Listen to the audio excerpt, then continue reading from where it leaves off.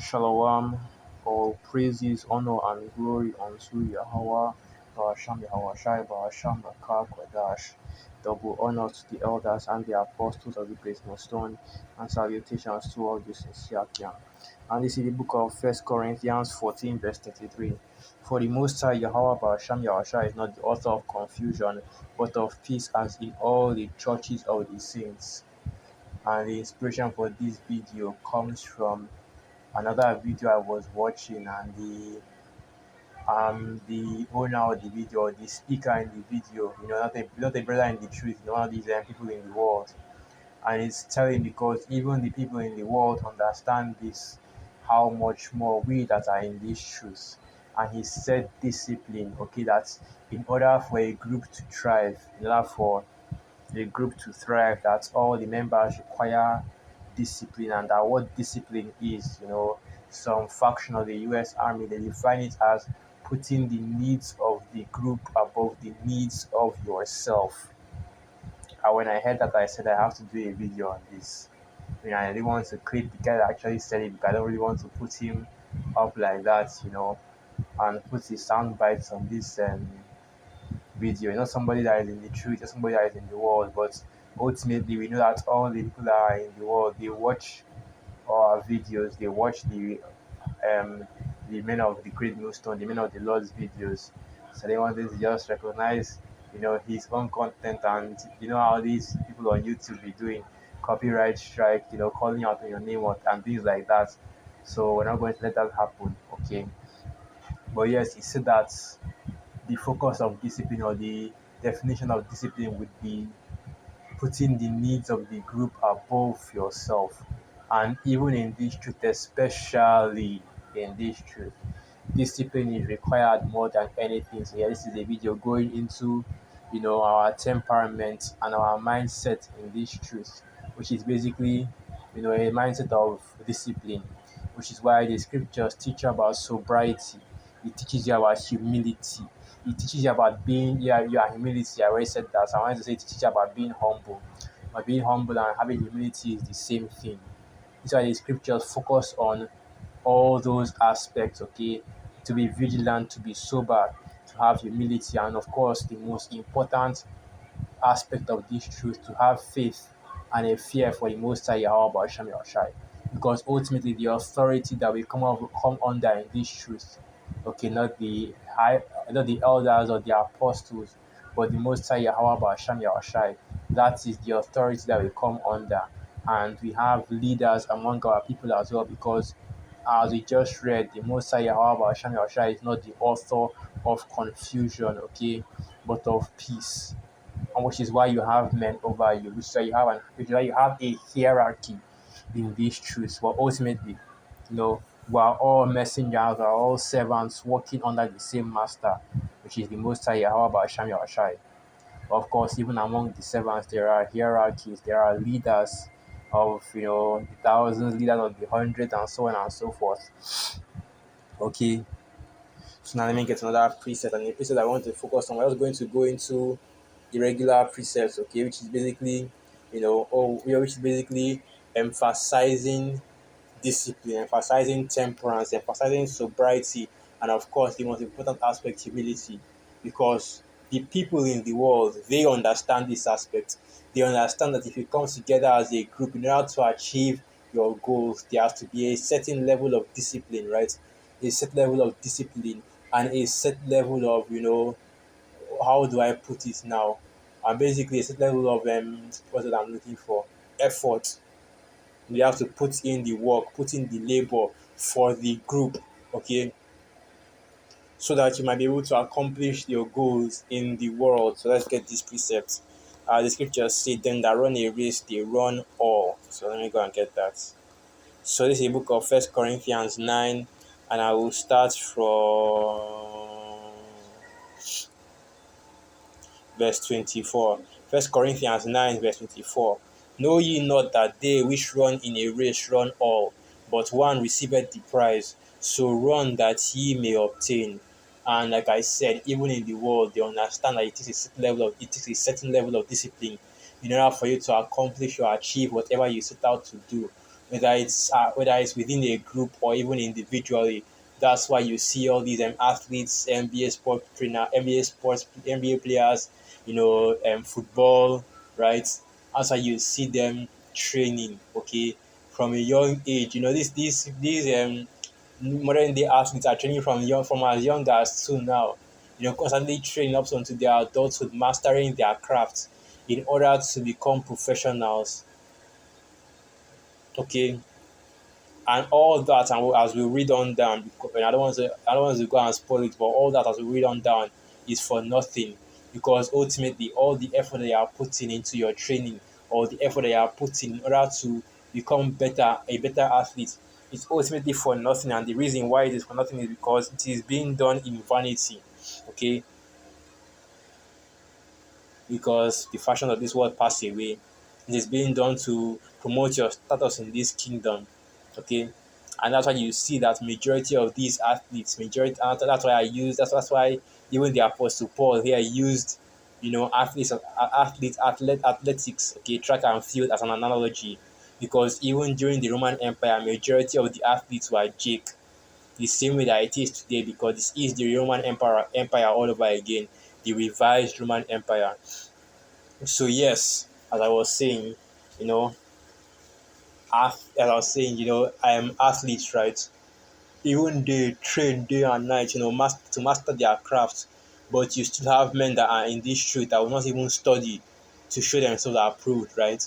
That won't even go into the scriptures at all. Whenever they stumble, or whenever they have a question, instead of looking it up in the scripture, trying to figure it out by themselves, trying to do some research and get some references, and how to increase their understanding with their own hands, they would rather go to the comment board and look for shortcuts.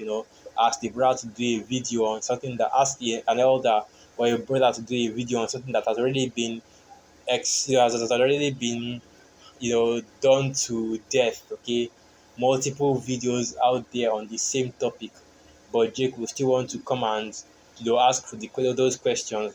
That's why you see on brothers' lives, elders' lives, you always have these scoffer Jakes, all these disruptors coming in and asking questions completely out of context that doesn't even have to do with the topic in which they are discussing about, and completely throws the whole spirit off. Okay, because ultimately that is another problem right there, a lack of discipline. Okay, or a lack of discipline. I don't know, I forget how they say that word, but basically a lapse of discipline. And that's what you see with a lot of these couples and even brothers in this truth as well.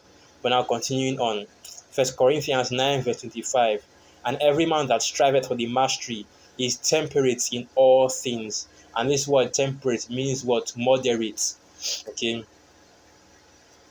And basically, what that means is that, like I said, the other thing I was talking about, sobriety, which means that sobriety, because when these athletes are training and when they are playing their games, they don't drink, right? They don't eat. They watch their diets, they watch their nutrition, and they change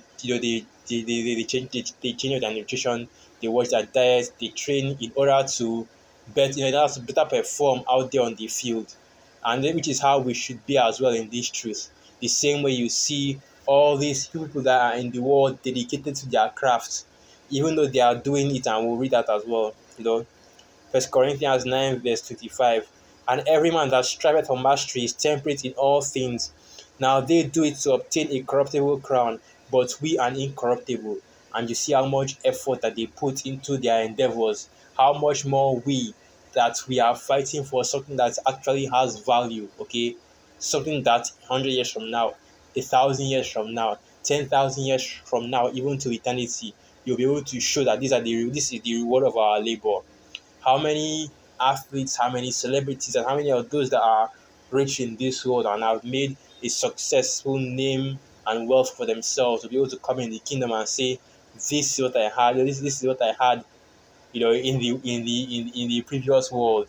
Okay, all of that won't matter. You see how swiftly, and even in this kingdom as well, because you see what's going on right now with current events, how the dollar is basically falling apart. This kingdom is basically falling apart. The dollar is falling apart. The infrastructure is falling apart. The MOTB and World War III is on its way, and with that comes the complete dismantling of this kingdom, because ultimately Esau Edom is getting ready to bring in a new world order, right? So even that, yeah, even before this kingdom falls, you're going to see that all the labor that these people, the people of this world, have been putting in, they accumulated their wealth, right? And they believe that they are, safe from any evil or any destruction or any hell that they would normally catch. And even that wealth, ultimately, the scriptures tell you that money is a defense. But even in that day, okay, when all hell breaks loose, right? During time of Jacob's trouble, when Esau Edom decides to release this MOTB, your wealth won't be able to protect you, because ultimately that is the first thing that will be taken away from you. So now you are working for, and Jake is laboring for basically cash that's about to be cast out, because ultimately, because now Esau Edom is trying to phase out this fiat currency and bring out the new digital currency, which is ultimately the first thing that it brings out first. First, they'll bring out the digital currency, get you dependent on it, the same way you are dependent on fiat currency today, and then bring out the MOTB and say all the digital currency can only be transferred or moved through this as a medium. Will you take it? And that is how so many of the earth, majority of the people, will eventually fold and take it. And this is why you need discipline. This is why you need to be temperate, you need to be sober. Because now, let me get that precept. Hold on.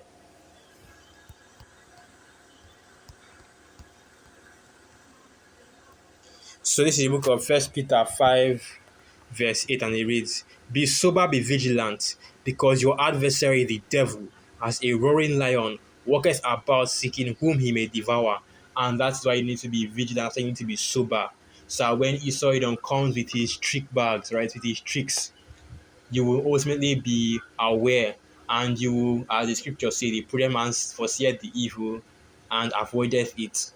And how do you avoid the evil of the coming MOTB?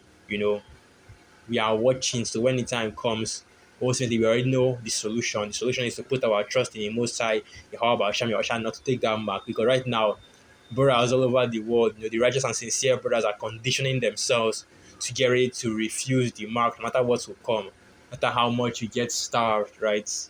No matter what kind of torture or hell Esau puts on you. Right now is the time to be getting your mind ready for whatever may come in that day. But ultimately, we know that the Most High Yahweh Hashem Yahushua will be with us and will, protect us and not allowing us to fall into any of these snares or to allow any evil to come upon us. But we still prepare, but we still prepare at the end of the day. Okay, we still prepare because better to, yeah, because how's that good? Better to need it and not have it than better to have it and not need it than need it and not have it. That's how it goes. Now back to First Corinthians. Um, yeah, yeah, it is. Okay, I already got in that part. So like I was saying, right? We are the one, like I was saying. Now that we are fighting for, and we are striving for, something that has actual value, as the scriptures say, an incorruptible crown, which is basically, to be on that chariot, to be on to be of the elect when our Lord Yahweh returns. Nobody's going to remember knew that he was the best rapper, he was the best football player, he was the best basketball player, he was the best actor in the kingdom. But what they're going to remember are the works and the acts of the men of the Lord, how they stood stiffly against this kingdom, okay, and how they showed themselves as exemplary men, their humility, their patience, their faith, and their discipline.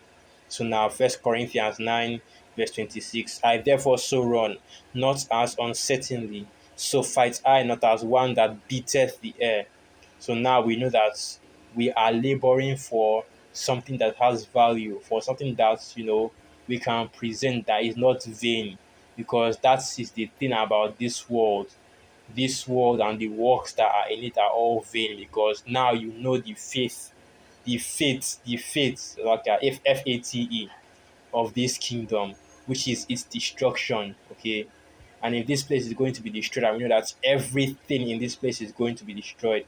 okay, everything on the earth is going to be destroyed, and all the this whole kingdom and all the infrastructure, all the buildings and everything that has been made in this kingdom that you see, as it's written in the book of Second Peter, the third chapter, is going to be destroyed, save for the elect of the nation of Israel that will be beamed up and delivered in those chariots.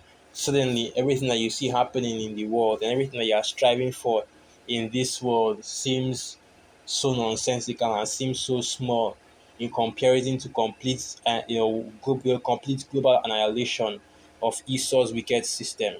Now, First Corinthians 9 verse 27. But I keep under my body and bring it into subjection, lest by any means, when I have preached to others, I myself should be a castaway. And that is ultimately what we're going into and talk about discipline, to keep your body in subjection, to keep your mind and your spirit in subjection, to keep the flesh in subjection as best as you can. So now we'll get the definition of the word discipline. So that's what we're talking about today. You know, now I already gave a definition, but that was just some abstract definition that Esau and their army used for propaganda in order to persuade people, especially Jake, to fight and die in wars for them. Once again, another vain effort, going to fight for Esau's army, another vain effort. And what I mean by vain is I mean empty. There is no purpose for it. Now you see the definition of the word discipline: control gained by enforcing obedience or orderly or prescribed conduct or pattern of behavior. And now this is the definition right here. This is the context or the definition that fits our context. Self-control. Okay. That is ultimately what's not only self-control, but yeah, that's ultimately what we are one of the aspects that we're aiming for in this truth: impulse control, self-control, to be able to control ourselves, to keep the flesh under subjection, so that you'll not fall for all the wiles of the devil. Because you see the way the people in this world act and the way the people in this world conduct themselves. Because we are in this truth, we're not perfect, yeah, we're not perfect, but man, compared to the people of this world, you might as well be saints. Continuing on, punishment, that's not what I'm looking for. Training that corrects, molds, or perfects the mental faculties or moral character. And right now, we are going through our spiritual training, right? A spiritual training from the Most High Yahweh Hashem Yahushai. In order to conduct us, in order to better know how to conduct ourselves as the men of the Lord, as the priests of the Most High Yahweh Hashem Yahushai, and ultimately as the men of the Lord. Let me just leave it at that, okay? Which is why the scriptures say that in the book of Romans, the 8th chapter, that the creature was made subject to vanity, not willingly, but by him that, let's get that precept. I don't want to butcher it. Romans, the 8th chapter.